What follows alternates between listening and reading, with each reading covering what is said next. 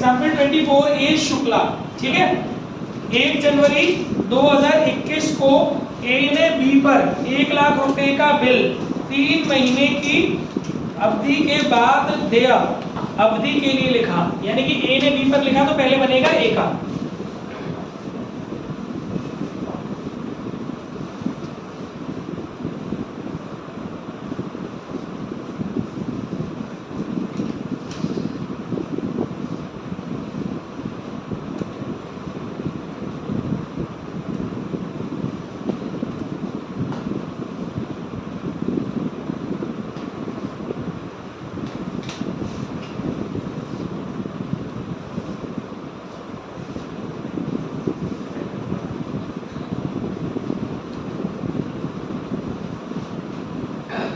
एक जनवरी 2021 ए ने बी पर बिल लिखा, BR account debit to B 1 lakh रुपए। बी ने एक्सेप्ट किया होगा, A debit to B account. Narration नहीं बोल रहा, रोज लिखवा रहा हूँ, सेम नरेशन है, बोर्ड पे इतनी जगह नहीं है, इसीलिए एक ही बार में पूरा काम हो जाए। इसके बाद आगे बोल रहा है जिसे बी ने स्वीकार कर लिया, यहाँ तक एंट्री अपनी हो गई, ठीक है। 4 जनवरी को ए ने 18% वार्षिक दर से अपने बैंकर से विपत्र को बना लिया, मतलब बिल डिस्काउंट करा लिया। ये एंट्री भी सब लोग जानते हैं, बार बार मुझे डिस्कस करने की जरूरत नहीं है। Cash account debit, discount account debit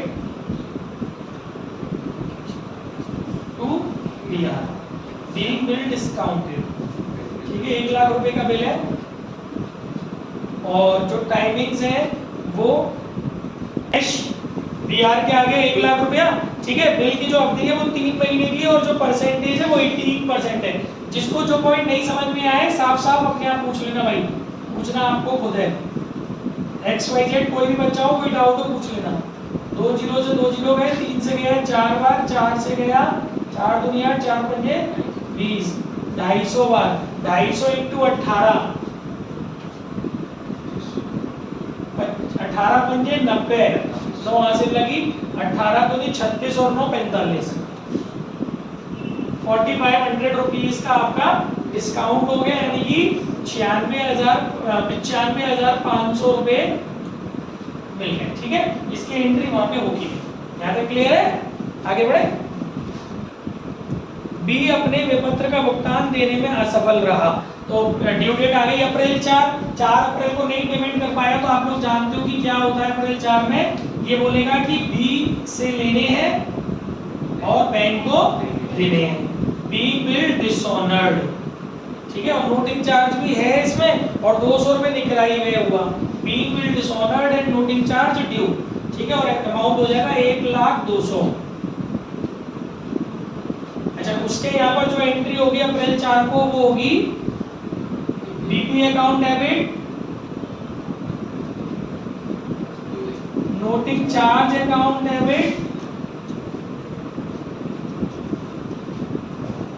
to A, being bill dishonored and noting charge due।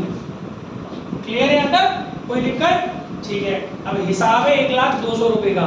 आगे क्या हो रहा है, विपत्र को वापस कर दिया, ए को बी से विपत्र का मूल्य और निकराई व्यय सहित, मतलब जो बिल का अमाउंट है वो और नोटिंग चार्ज, इन दोनों के साथ एक नया बिल 2 महीने के बाद देय अवधि के लिए मिला। मतलब इसको इन अदर वर्ड ऐसे बोलेंगे कि बी ने ए से रिक्वेस्ट की है कि नोटिंग चार्ज के अमाउंट और बिल के अमाउंट दोनों को जोड़कर एक नया बिल आप हम पर 2 महीने के लिए लिख दीजिए। लेकिन बी जब ये रिक्वेस्ट ए से करेगा तो ए ऐसे थोड़ी मानेगा, ए बोलेगा कम से कम इंटरेस्ट का तो बताओ, या तो कैश में दे दो 2 महीने के लिए इंटरेस्ट, या फिर उधार कर लो, बिल में जोड़ लो।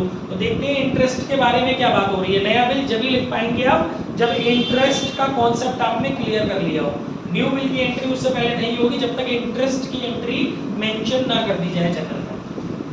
8 जून को ए, अच्छा लेकिन अनफॉर्चुनेटली इस क्वेश्चन में है ही नहीं इंटरेस्ट का कॉन्सेप्ट, यानी कि ए बड़ा दयालु है, कोई इंटरेस्ट की बात हुई नहीं है, नहीं हुई है तो नहीं हुई, अब हम क्या करें। वैसे 99.99% ऐसा होता नहीं है कि आप भाई कोई आदमी क्यों 2 महीने आगे बढ़ाएगा, ये 2 महीने पैसा बैंक में रखो तो तुम्हें ब्याज नहीं मिलेगी, तो वही तो मैं आपसे ब्याज मांग रहा था, लेकिन अब अनफॉर्चुनेटली क्वेश्चन में नहीं दिया है इंटरेस्ट, तो कोई बात नहीं, डायरेक्टली न्यू बिल लिखने की बात हो रही है तो नया बिल लिखेंगे।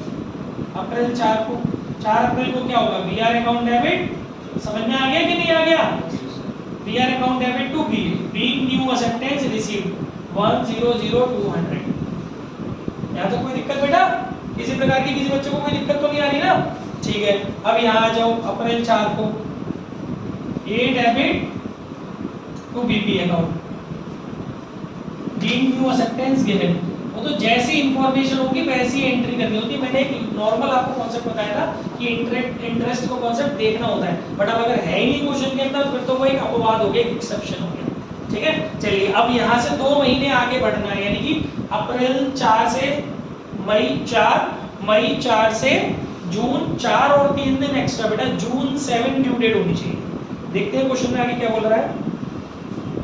8 जून को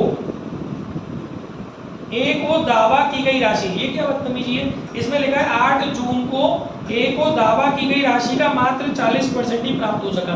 पहली चीज तो 8 जून आ कहां से गया, हमारे हिसाब से ड्यू डेट कितनी है, बस ड्यू डेट पे अगर पेमेंट नहीं हुआ तो बिल आपको डिसऑनर्ड करना है। 8 जून तो ड्यू डेट के बाद की बात है, उसको तो हम समझ ही नहीं सकते, यानी कि पहली बात तो पेमेंट मिला ही नहीं है पूरा, केवल 40% पैसा मिला है और वो भी 7 जून को नहीं मिला। इसका मतलब आपको अपने आप से एक बात छिपी हुई है इसके अंदर जो निकालनी है कि दूसरा बिल भी डिसऑनर्ड हो गया, उसकी एंट्री करनी है दूसरे बिल की डिसऑनर्ड की जून 7 को। कहा नहीं है क्वेश्चन में, खुद से लॉजिक लड़ाना है, ठीक है। जब आप बिल डिसऑनर्ड करोगे, बिल आपके पास है, नॉर्मल एंट्री डिसऑनर्ड की होगी, बी से लेने और बी आ गया being bill dishonoured, being bill dishonoured. अब इस बार जो बिल डिसऑनर्ड हुआ है ना, ये जब अब वो कम पैसा दे रहा होता है ना, देखिए इसमें लिखा हुआ है आगे, मैं पूरी लाइन पढ़ देता हूँ एक्चुअली। 8 जून को ए के द्वारा दावा की गई राशि का मात्र 40% ही प्राप्त हो सका क्योंकि उक्त तिथि को भी दिवालिया हो गया। यानी इस बार ये जो बिल डिसऑनर्ड हुआ है वो दिवालिया, जानते हो किसे कहते हैं, दिवालिया, दिवाली को मत समझ लेना, दिवालिया का मतलब होता है इंसॉल्वेंट। जब कोई व्यक्ति जिसकी डेब्ट्स यानी जिसके कर्जे, उसके पास जो असेट्स है उससे ज्यादा हो जाते हैं, तो ऐसी सिचुएशन में वो अपने आप को कानूनी तौर पे इंसॉल्वेंट डिक्लेयर कर सकता है, जिससे कि उसके साथ कोई गलत व्यवहार कोई ना करे, लेकिन वो डिफॉल्टर घोषित हो जाता है। वो भविष्य में कोई भी चीज अपने नाम से नहीं ले सकता, अगर उसने ली तो गवर्नमेंट उसकी नीलामी करके उस चीज की उन लोगों का पैसा देगी जिन लोगों का पैसा वो मार करके दिवालिया हो गया, ठीक है ना। तो फिलहाल जब कोई व्यक्ति अपने आप को कंगाल घोषित कर देता है, कानूनी तौर पर कोर्ट के माध्यम से अपने आप को इंसॉल्वेंट कर ले, मतलब अपने आप को कंगाल घोषित कर रहा है कि he is not able to pay his dues, तो उस सिचुएशन को हम लोग दिवालियापना कहते हैं, इंसॉल्वेंसी। तो यहाँ पर ये बिल जो डिसऑनर्ड हुआ है वो किस वजह से हुआ है, उस व्यक्ति के बी के दिवालिया होने के कारण। तो आप नरेशन में इस चीज को मेंशन कर देना, being bill dishonoured due to insolvency, ठीक है ना। बिल कितने का डिसऑनर्ड हुआ, 100,200। यहाँ तक सबको बात समझ में आ रही है। अच्छा, उसके यहाँ पर एंट्री बिल डिसऑनर्ड की क्या होगी, इसके पास अपना बीपी तो आ ही गया और ये किसको पैसे देगा, ए को। इसके यहाँ भी यही नरेशन चलेगी, being bill dishonoured due to insolvency.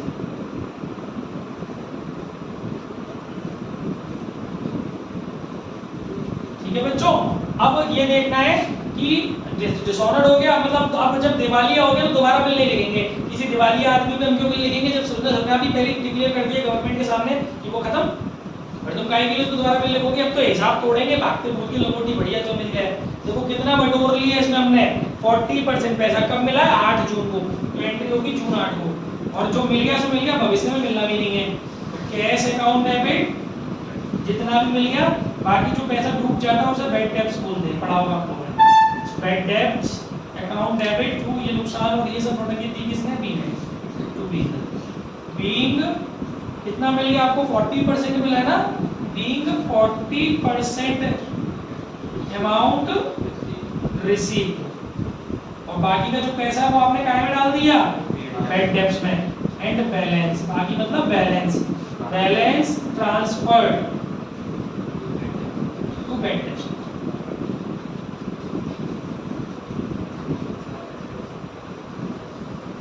ये बेटा समझ में कि नहीं आया? 40% पैसा मिल गया, बाकी का पैसा हमारा नुकसान हो गया तो उसको बैड डेब्ट्स के नाम से डिस्काउंट मत करना, बैड डेब्ट्स बोलना, क्योंकि जब इंसॉल्वेंट होता है तो वो भविष्य में मिलना ही नहीं है। तो कैश 40% निकाल लो, 100 200 का 40%,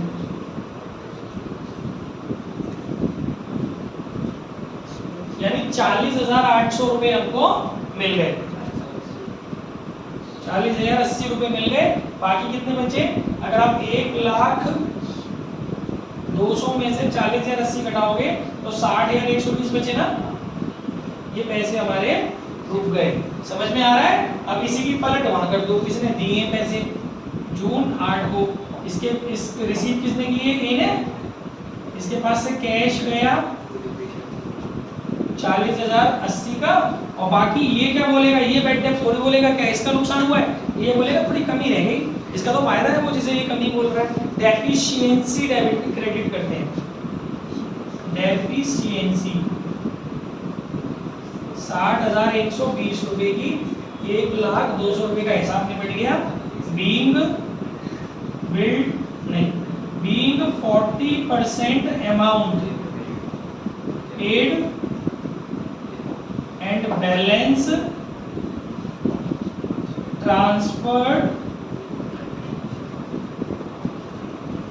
ट्रांसफर्ड टू डेफिशिएंसी अकाउंट। ठीक है बच्चों, कोई ऐसी बात जो नहीं समझ में आ रही हो? और BSM शुक्ला, ठीक है। ए ने, चलिए इस क्वेश्चन को थोड़ा इंग्लिश में पढ़ देते हैं। A sold goods for ₹800 to B on 1 January 2021। तो पहले हम यहाँ पर यानी ए ने बेचा है तो पहले ए की वो बनेगा एज जर्नल, ठीक है, और यहाँ आ जाएगा आपका बीज जर्नल 2021। ठीक है गाइस, इसमें लिखा है ए ने बेचा है बी को 1 जनवरी को, जनवरी 1 को, B debit to sales account, B good sold, amount आ गया आपका 800 रुपए का। ठीक है, इधर आ जाते हैं खरीदने वाली डेट पर, जनवरी 1 पर purchase account debit to A, B goods purchased 800 रुपए। ओके, आगे बोल रहा है इसके बाद वो, and on the same date draw a bill for 3 months on the latter for the latter for the amount. ठीक है, तो मतलब उतने ही अमाउंट का उसने बिल लिख दिया जनवरी 1 को। BR account debit to B, being acceptance received 800 rupees.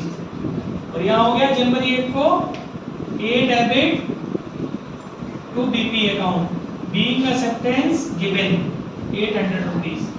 3 महीने का टाइम है यहाँ से हमारे पास। आगे लिखा है इसमें B accept it and return it to A, ये एंट्री हो गई। Who discounts it with his banker for 785। Same day उसने इस बिल को बैंक से डिस्काउंट करा लिया। कैश या bank account debit, discounting charges या फिर discount account debit to BR, being bill discounted 785 rupees हमें मिल गए। इसका मतलब 15 रुपए का हमारा डिस्काउंट चला गया। ठीक है, इसकी एंट्री वहां पर होगी नहीं। इसके बाद आगे बोल रहा है ऑन द ड्यू डेट, यानी कि अप्रैल 4, 3 महीने का टाइम है, तो 4 अप्रैल को क्या हुआ? On the due date the bill is dishonoured and noting charge of ₹15 were paid by bank. Definitely bank को ही देने, क्योंकि ड्यू डेट पर बिल जो है वो बैंक के पास है। तो वो एंट्रीज भी आप जानते हो अप्रैल 4 में क्या होंगी, ये बी से लेने हैं इसको पैसे, B debit to bank, bank को देने हैं। Being bill dishonoured and noting charge due 815। Clear है बच्चों? इसकी एंट्री डिसऑनर की वहां क्या होगी बेटा? अप्रैल 4 में इसके पास बीपी आया अपना, BP account debit, noting charges account debit to A, being bill dishonoured and noting charges due. इसने भी नहीं दिए, ये भी बाद में देगा, है ना। तो अब हिसाब जो है वो 815 रुपए का है। देखिए इसमें इसके आगे क्या लिखा है, बी यानी ये B then pays ₹300 in cash, मतलब ये 815 रुपए में से बी ने ए को 300 रुपए कैश में दिए, और इसके आगे लिखा है and accept a new bill at 3 month for 535। देखो आप अपना खुद से लॉजिक लगाओ, हिसाब था 815 रुपए का, ठीक है साहब, कितने तुरंत मिल गए बेटा 300 रुपए, तो जो बिल जाना चाहिए था वो कितने रुपए का जाना चाहिए था 515 रुपए का, लेकिन नया वाला बिल कितने अमाउंट का जनरेट हो रहा है 535 रुपए का। इसका मतलब जो 20 रुपए का डिफरेंस है वो इंटरेस्ट और वो बिल में जुड़ी हुई है। ऐसे चीजें निकालते हैं, ठीक है। जब 515 रुपए का हिसाब है तो 535 रुपए का बिल क्यों लिख रहे हो, इसका मतलब आप 20 रुपए की जो ब्याज है वो अभी कैश में देने के इच्छुक नहीं हो, तो पहले आप एंट्री करेंगे 300 रुपए इसने इसको जो दिए हैं उसकी, अप्रैल 4 को cash account debit to B cash receive,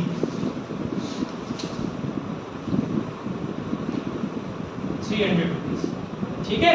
इसको मिले हैं, उसने दिए हैं, उसके यहाँ देने वाली एंट्री हो जाएगी ए डेबिट टू कैश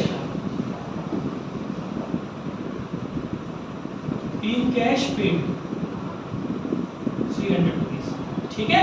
अब जो 20 रुपए की इंटरेस्ट है, अगर ये इसको कैश में देता तो एंट्री करते cash account debit to interest, cash में नहीं दे रहा तो उसका नाम डाल देंगे, क्योंकि जिससे लेने हैं उसको डेबिट कर देते हैं।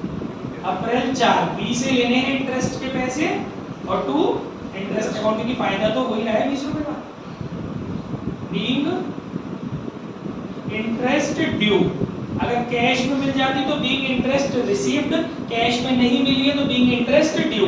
ऐसे ही इसके यहाँ प्रोसीजर होगा, अगर ये इसको कैश में देता इंटरेस्ट तो ये अपने यहाँ पर एंट्री करता interest account debit to cash, लेकिन अब ये कैश की जगह उसका नाम डाल देगा, क्योंकि जिसको देने होते हैं वो हमारा क्रेडिटर होता है और लायबिलिटी इंक्रीज होती है तो वो क्रेडिट होती है, ठीक है। इंटरेस्ट अकाउंट डेबिट आप करने चलाओ नीचे से, interest account debit to A being interest due 20 रुपए, समझ में आ गया।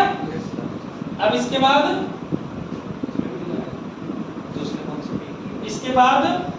अब बेटा अब जो हमारा बनेगा वो 535 रुपए का नया बिल लिखा जाएगा, एक तरीके से नया वाला सवाल शुरू हो गया फिर से।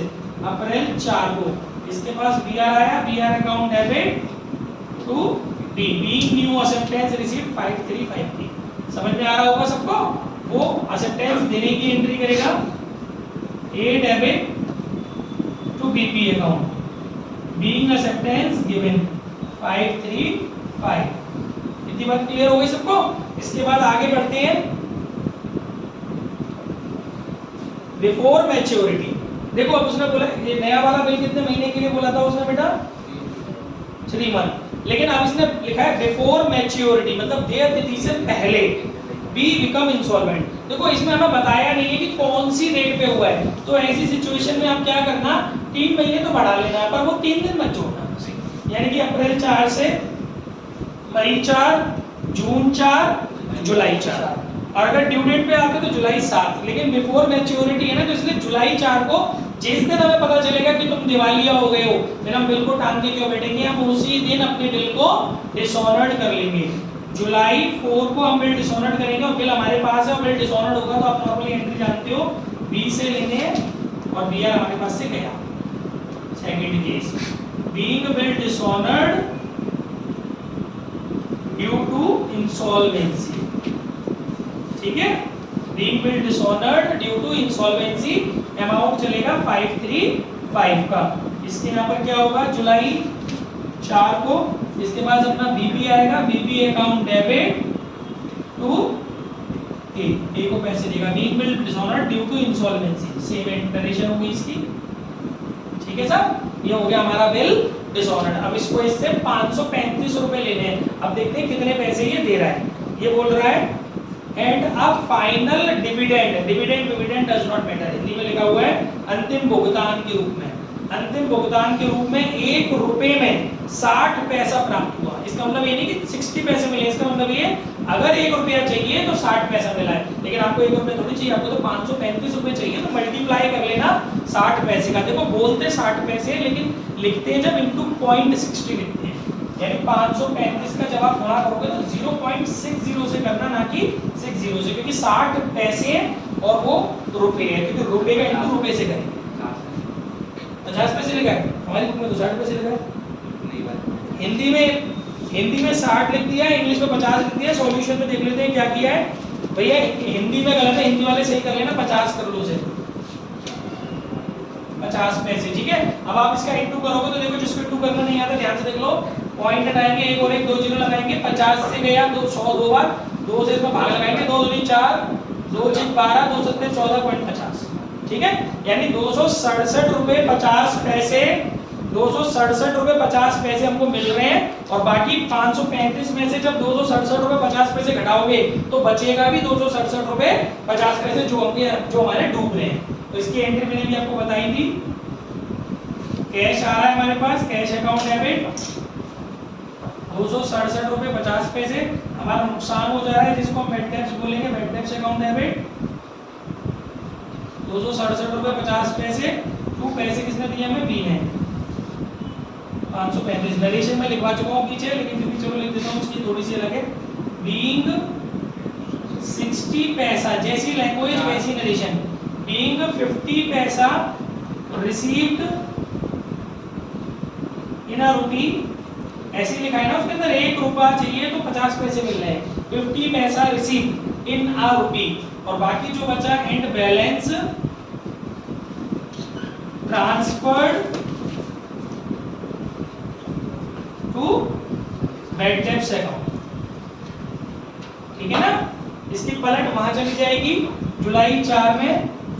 इसका ए को पैसे मिले, ए डेबिट, टू कैश गया इसकी जेब से 267 रुपए 50 पैसे, और टू ये बोलेगा डेफिशिएंसी रह गई थोड़ी सी, इसका फायदा हो गया, फायदे को क्रेडिट करेंगे 267 रुपए 50 पैसे। बीइंग 50 पैसा गिवन या paid in a rupee and balance transfer to deficiency, ठीक है गाइस।